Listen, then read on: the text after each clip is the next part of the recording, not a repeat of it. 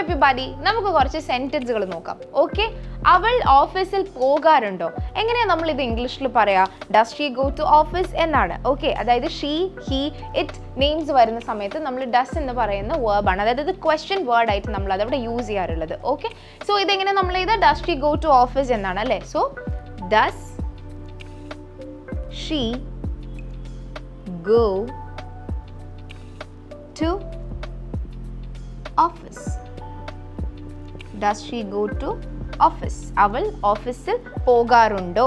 Okay, നിന്റെ ബ്രദറിന് ഒരു ബൈക്ക് ഉണ്ടോ? അതായത് നിന്റെ ബ്രദറിന് എന്ന് പറയുന്ന സമയത്ത്. ഓക്കെ, സോ അതെങ്ങനെയാ? Does your brother have a bike അല്ലേ?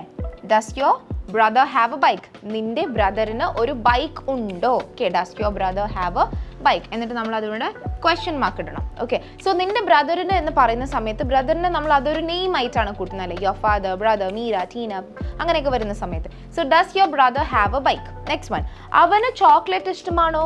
അവന് ചോക്ലേറ്റ് ഇഷ്ടമാണോ എന്നെങ്ങനെ ചോദിക്കാം? Does he like chocolate? Does he like chocolate? ഇനി ഈ തന്നിരിക്കുന്ന ഈ ക്വസ്റ്റ്യൻസ് ഉണ്ടല്ലോ, ഇതൊക്കെ നിങ്ങളൊന്ന് സെന്റൻസിലാക്കി നോക്കിയേ. അവൾ ഓഫീസിൽ പോകാറുണ്ടോ? ഇനി ഞാൻ പറയണം, അവൾ ഓഫീസിൽ പോകാറുണ്ട്. She goes to office. അവിടെ ഗോസ് എന്ന് പറയുന്നത് ഡസ് പ്ലസ് ഗോ ആണ്.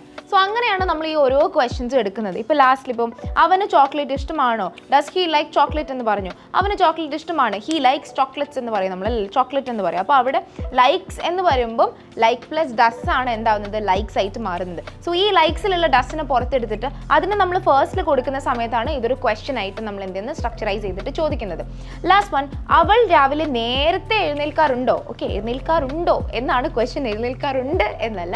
സോ എഴുന്നേൽക്കാറുണ്ടോ, അവൾ രാവിലെ നേരത്തെ എഴുന്നേൽക്കാറുണ്ടോ എന്നുള്ളത് എങ്ങനെ നമ്മൾ ഇംഗ്ലീഷിൽ പറയുക എന്നുള്ളത് നിങ്ങൾ താഴെ കമൻറ്റ് സെക്ഷനിൽ എന്ത് ചെയ്യുക? കമൻറ്റ് ചെയ്യുക, ടൈപ്പ് ചെയ്തിട്ട് സെൻഡ് ചെയ്യുക. സോ ഇങ്ങനെ നമ്മൾ ഓരോ സെൻറ്റൻസും നിങ്ങൾക്ക് തരുന്നത് പ്രാക്ടീസ് ചെയ്യാൻ വേണ്ടിയിട്ടാണ്. സോ മാക്സിമം അത് യൂട്ടിലൈസ് ചെയ്യുക. Okay, be active.